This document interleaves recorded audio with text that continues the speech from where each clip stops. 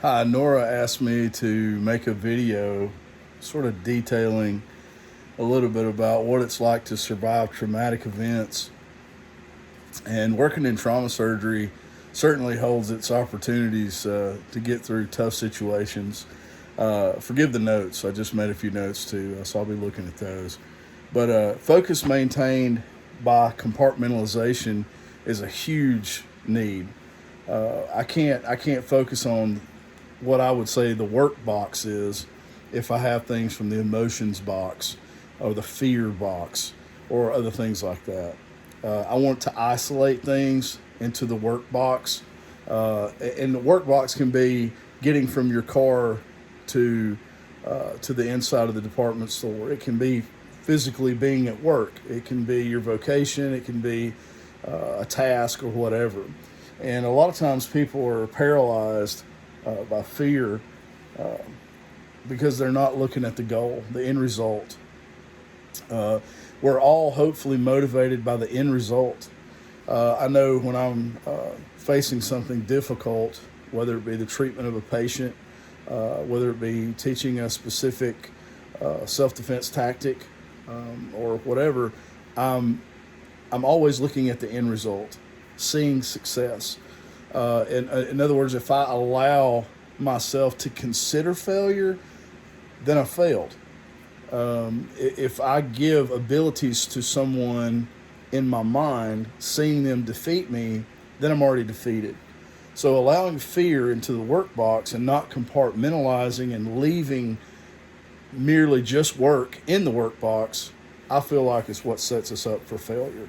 It doesn't allow us to focus on the end result, and it leaves us with a less than satisfactory result.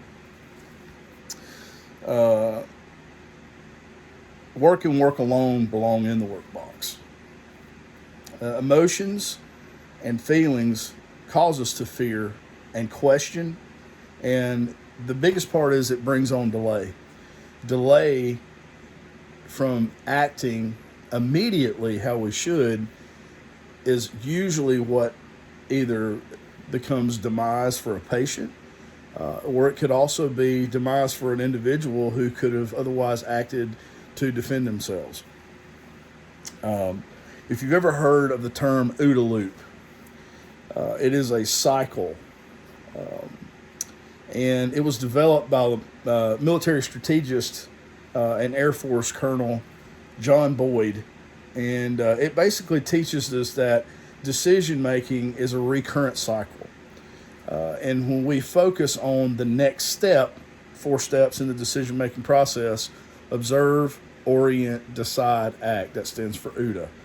And when we have a delay between one of those processes, whether it be observing to the orient phase, then to the decision phase, then to the act phase, implementing those things that we need to put into action. When we delay one of those, we delay possibly life-giving tactics in the medical field, particularly in trauma surgery, or in a self-defense scenario, we limit ourselves options because we are delaying not doing anything. A response is better than a delayed zero response. That OODA loop comes up quite a bit in tactics and other things, but it really applies to everything. I mean, lightheartedly, you observe it's 11 o'clock. You orient your car to pull through the drive-through. You decide what you want to eat on the menu, and then you act on it. So these are things that we're constantly doing as we're in our day. And when we interrupt that cycle with fear or things that do not belong in that decision-making process, I feel like that is when we have failures. Because the question is always, how do you do what you do? How do you operate under stress? How do you succeed in the face of what could be failure? And in my opinion, I mean, I don't think it's something that's that remarkable, but to people who don't possess the skill of being able to be persistent and focus on the goal at hand, they allow those outside distractions, those things, like I say, from other boxes emotions box, fear box, life box, whatever, those different boxes that contain decisions and feelings that don't have any real impact on the moment. They don't really have any impact on what's at hand. If I'm worried about going to dinner tonight and what I need to pick up from the dry cleaner, I may suffer a catastrophic event in a self-defense scenario because I'm not putting all of my focus on my surroundings to stay out of trouble. So thoughts and getting in your head, as a lot of people say, and not staying out of your thoughts at the right time can hurt you. We all know that emotions can rule us, and that was a big thing for me this year, was to isolate emotion and not be led by emotion. A lot of us can be. We can see things that upset us. We can hear things that upset us. But the problem arises when we allow that to upset us. We're going to move through life. We're going to have things that we're going to encounter. They're not going to be pleasant. Just like in trauma surgery, I see a lot of brutality in the things that happen to people, whether it be a motor vehicle accident or it could just be brutality from another human being. And those things are quite shocking, and they're hard to deal with. And we can't necessarily deal with it at the moment that we see it. And so those things have to be put away. And I may even compartmentalize that, put that in a so to speak, box, and then deal with it later. When my father passed away, I was 22 years old, and I went back to work 2 days later, actually the day after his funeral, 2 days after he passed. And a lot of people thought I was crazy to go back to work, but I've always heard when you don't know what to do next, do the next thing well. And so the next thing well was go back to work and, kind of compartmentalize and sort of, put those things in a box, put it in the attic. And once I had a chance to clean out the attic and process each one of those things in the time that it deserved, I could do it in a fashion that wouldn't overtake my daily activities. We all face a lot of things, especially 2020 was a terrible year. A lot of things happened, and for a lot of people. And being able to shut off those personal experiences and emotions and fear and all those things to go into work and be persistent and perseverant and getting the job done is something that is very difficult to do. And it takes you constantly saying to yourself, focus on the goal. What is the task at hand? I must not let these other things go in the work box. And those are things that I currently do. Whether I'm on my way into work, regardless of what happened in my day or days past, I owe it to a patient to give them my best. And so whether I'm listening to music on the way to work or maybe you're in prayer or whatever it is, to focus and channel your efforts into what you're about to do, not allowing outside distractions to come in is a big thing. When you cut off recurrent distraction, it is just that. It's recurrent. So you're not going to do it one time, and it's going to be fleeting, and then the next moment it's not going to come back. It is going to come back, and it's going to resurface. Fear is going to keep at you until you accept it. And so not accepting fear and looking ahead to your success, even in a bad situation, is all that we can do sometimes.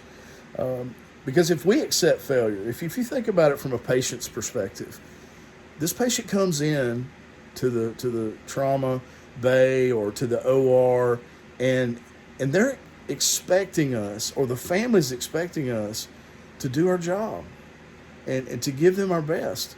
And when we do any less than that, we're not treating this patient as their advocate. And to be their advocate, we have to give them our best no matter what's going on. We have to shut those things off. So some of those things, some of those traits, I feel like are associated with your vocation. They can be. And then some of it's survival mentality. but they go hand in hand in all areas of life, whether it be combatives or whether it's in your job or whatever. I feel like they transition across a whole multitude of areas. But we must identify fear before it gets a grip on us, and it's almost like you see it on the horizon. It's doubt. It's way out there on the horizon. You see it. You're focused on your goal, and here comes fear. Here comes disappointment.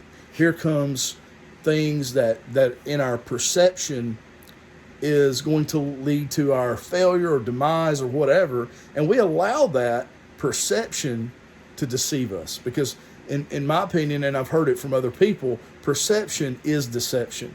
It has not happened yet. It's what we perceive to be the foreseeable future, an outcome, or whatever. And so when we allow that to be the truth, we rob ourselves from reality and what can actually happen. If we accept in our mind defeat, we've already been defeated. Lots of military strategists like Sun Tzu and other philosophers have hit this topic very well. So it's not something that I'm touching on. As long as this ball of dirt's been circling the sun, there's a lot of great philosophers who have talked about defeat before it actually happens. So accepting defeat, it shouldn't be an option for you. I would say, as you're trying to look forward into how to survive traumatic events, always remember, what is my goal? Number two, how do I accomplish my goal? And laying in the middle of the floor crying is not going to solve anything. It does happen to us, and things are scary, and things are fearful, and that's what we want to do. That's something that we're overloaded, and we want to allow our emotions to get the best of us because we don't know what to do. So here is a format.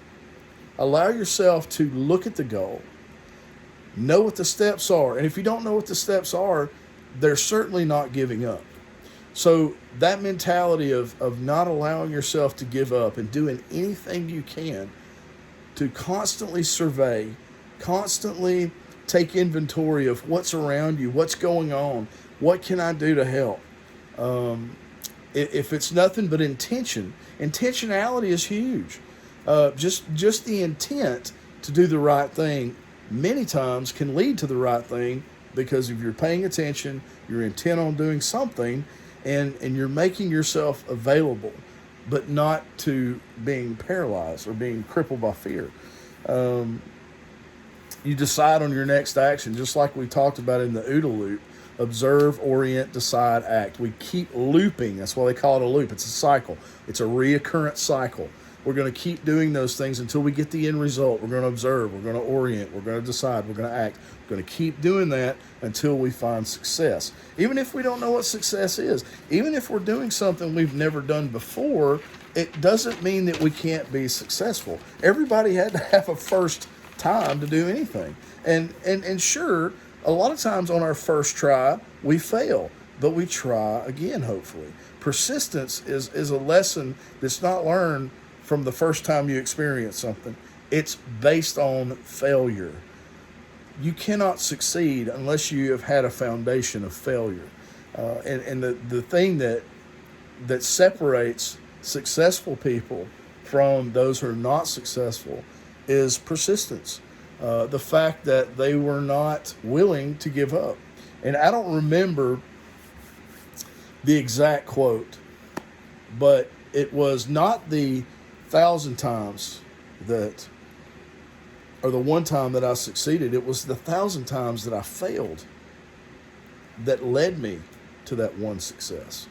So lots of people have failed throughout time, whether it's been inventors or, people who are, just in different walks of life. They've succeeded because they did not give up. And so, finally, too, to avoid the paralyzing effect of fear, we want to press on. We want to be persistent, stubborn, if you will, only accepting the outcome we want, not accepting what we perceive to be the outcome, because, like we said, that's deception, and to be deceived leads us away from the goal. So think of locking your box. We talked a lot about compartmentalizing. Imagine a strong box constructed out of whatever you want it to be. This box contains not only the answer, the goal, and the hard work necessary, the tools necessary to complete the task. It doesn't contain the things for failure. It doesn't have room for the things that don't allow you to succeed. Think about it too as if you were to open that box. Lay out all the instruments, just like in surgery.